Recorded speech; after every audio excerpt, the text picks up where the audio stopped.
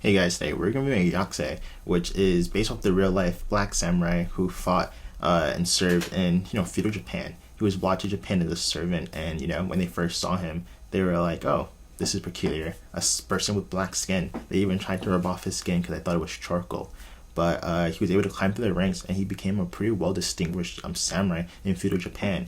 And Yasuke, this anime, is based again off of that real life character.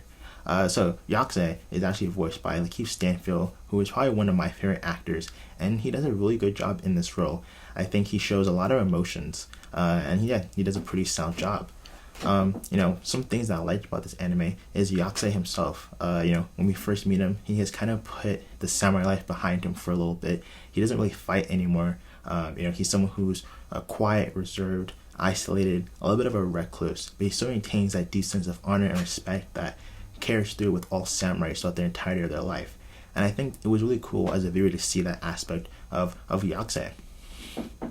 In addition to that, I really like the action sequences in this anime.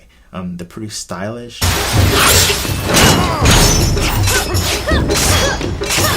and the soundtrack, which is a nice mix of Japanese instrumental and hip hop, really make the fight scenes even more stylish.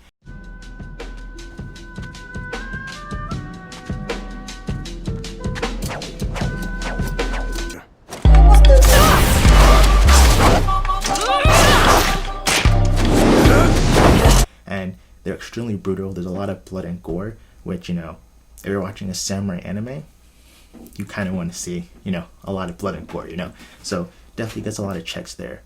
Another thing that kind of took me by surprise and I really liked was that, going into Yasuke, I thought this was going to be a traditional samurai anime, sword and hand-to-hand combat. But no, people have powers in this anime.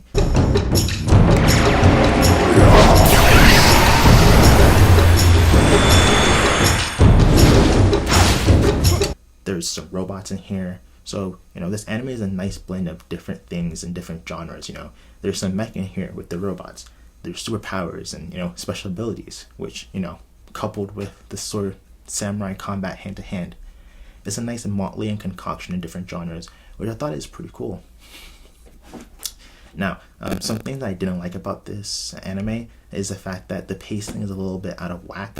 There's only 6 episodes, so you can kind of split it down the middle, the first 3 episodes and the last 3 episodes. In the first half, things are super slow. It takes a long time for things to get going. And then in the second half, things go from 0 to 60 relatively quickly, and it's hard to really keep up with how fast things are going.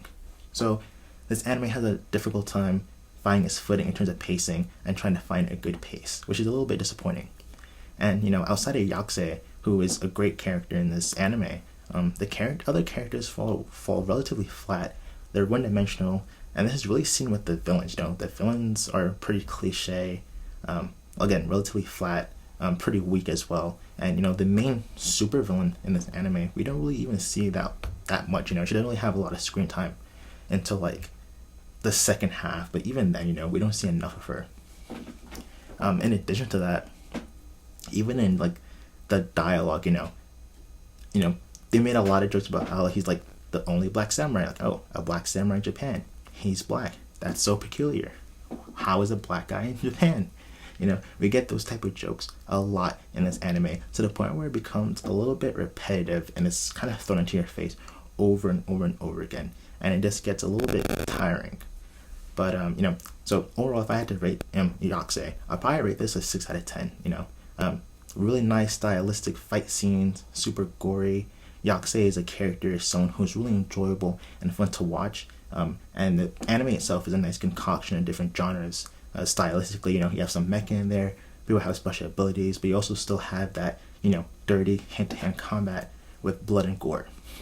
But unfortunately, you still have pacing issues, and overall villains feel a little flat, one-dimensional, and you have some pretty bad jokes and repetitive jokes in here. But 6 out of 10 if I had to rate Yasuke. If you have seen it, let me know in the comment section below. And thanks for watching this review.